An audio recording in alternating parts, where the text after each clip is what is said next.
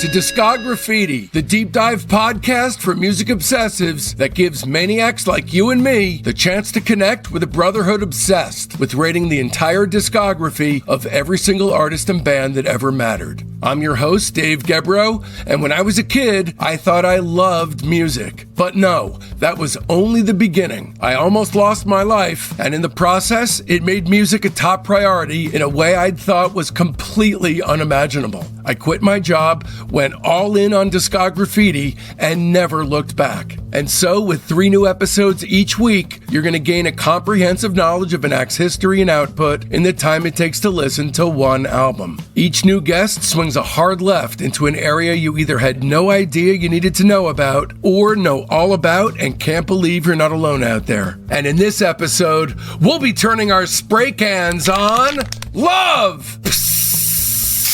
Along with our special guest, Johnny Echols. This episode is part of a series called 7 and 7 and 7 is, the definitive 21-episode story of Arthur Lee and Love, which I've consciously crafted to act as the ultimate repository of fact and opinion on one of the greatest bands to ever walk the face of the earth, the almighty Love. It includes 13 episodes heralding the return of Discograffiti host OG Joe Kennedy, 6 episodes from a 4.5-hour interview with OG Love mainstay Johnny Echols, and 2 episodes from a 2.5-hour interview with the members of Baby Lemonade, who've served as Love now for coming up on 35 years. This is part 8, the 4th part of my interview with Johnny Echols, which covers the same time period as episode 7, but in more granular detail and heard directly from the man who lived it. Part 8 covers Love's forever changes, the machinations behind the scenes,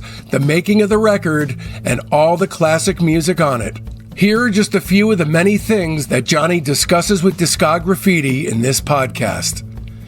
Why Arthur thought he was going to die after making Love's 3rd record, Arthur's relationship with cocaine at that time, the secret that Arthur kept from the band members during the making of the album, whether Neil Young had any production involvement as legend has had it, Johnny's thoughts on orchestrator David Angel's contribution to the LP, his true thoughts about turning down Monterey Pop, what Johnny thinks is his best ever moment on record, finally, that all of God's children gotta have their freedom piece at the end of The Red Telephone is explained, and an in-depth track-by-track deep dive with Johnny on Forever Changes, plus his own star rating on the record. And away we go then! I want to ask you, because now we're at Forever Changes, here's a big question I've always had and I never understood. Why did Arthur Lee think he was going to die after Forever Changes? It's not like the guy received a cancer diagnosis or anything. So why was he walking around thinking that he was going to imminently pass away and that your 3rd record was going to be his last will and testament? Well, Arthur was clinically bipolar. He had been diagnosed as bipolar. And he had been they had given him lithium. And during that period, the lithium was not agreeing with him and he was feeling horrible. And so he started using cocaine more. And that's the last thing a bipolar person should have is cocaine.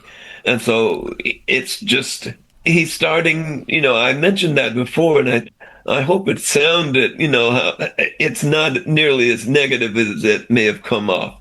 The fact that Arthur was using drugs, but he was using more drugs than we were.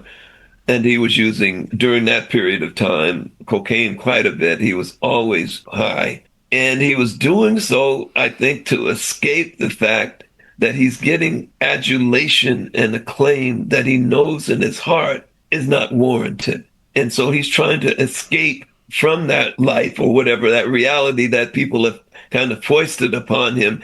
Because when we started, we were a group, we were friends, we loved each other, we were buddies, but slowly and slowly, he began to move away from us and more into this caricature of who he thought he should be as a rock star, and he became moody and hard to get along with. But as I mentioned before, a lot of that has to do with the fact that he's bipolar. So he has these peaks and troughs. And when he's in a peak, he's just on top of the world. But when he's in a trough, it's just life is horrible. He's going to die at any minute. and he's using cocaine, which makes you paranoid as hell. So when he gets into a trough on cocaine, it's just dire. Everything is horrible, and he just sees blackness. And so at that point, when we were doing that, he had a secret, and we'll discuss that secret, that I didn't know at the time. Nobody knew until we got to the studio. And then it all just came tumbling out. And then, from there, that's how everything unfolded. It just kind of... What secret? That you mean that he was going to die, or? No. The secret was he had been telling Brian. Brian and I were upset. We were upset that we were not getting credit for stuff that we did.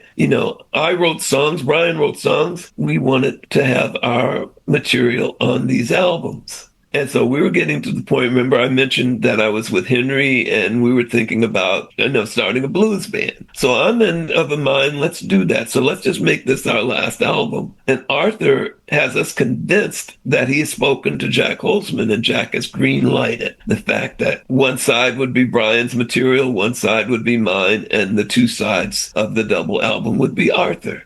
And so we were all agreed to that. Everything was cool. And we get to the studio and it changes. Now Arthur's telling us that Elektra has reneged on their promises and that we won't be doing a double album. Well, Arthur's secret was it was bullshit all along. He had Brian and I believing that we were going to do a double album only to keep us together so we could go in and record it. So I think all of that just kind of was weighing on him, and he just saw doom and gloom, as his future. Wow. But yeah, that was so shocking because I, to this day, still have, was he totally lying? Did he talk to Jack Holzman? Did Jack tell him no? Did Jack tell him maybe? What was the story? And Jack has never told me. Well, Jack swears up and down that we were a small record label. We would never have agreed to a double album because that wasn't a thing that we could have afforded. That's what I believe, too, because they told us it was too expensive. So I'm sure he presented it to him because I don't think Arthur would have thought of that, the fact that this would be an expensive proposition for a smaller label, even though at that point the Doors are taking off. But then again,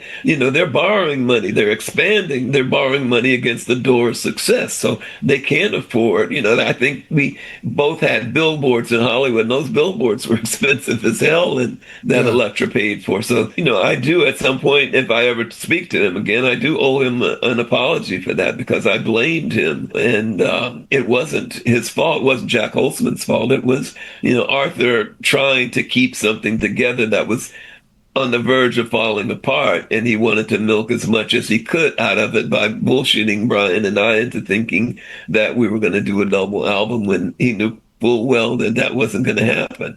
Right. So when we get to the studio, and then of all things, Neil Young is there. Now, I couldn't stand Neil Young. Still don't like him. Neil Young is a wonderful musician. Love his songs. But him as a person, I just don't like. There are people in this world that you just are at loggerheads with all the time. Neil and I are like that. I'm sure he feels the same way about me. We just don't like each other. And so there he is, and he's going to produce Forever Changes Now. We get high with Neil. As I said, I don't like him, but hey, if you smoke dope with him. So we smoked with him and hung with him. He was around all the time. We saw him. But there's no way in hell we're going to listen to him as a producer.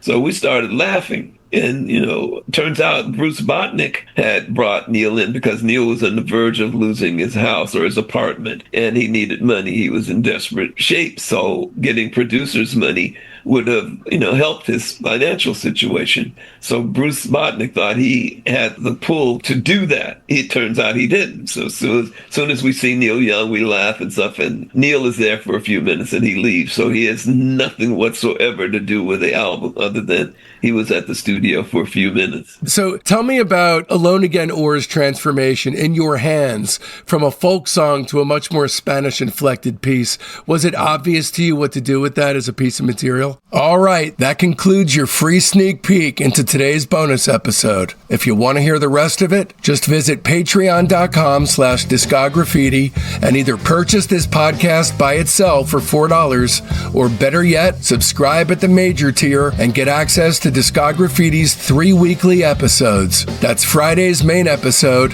the Sunday Discograffiti Soldiers of Sound podcast.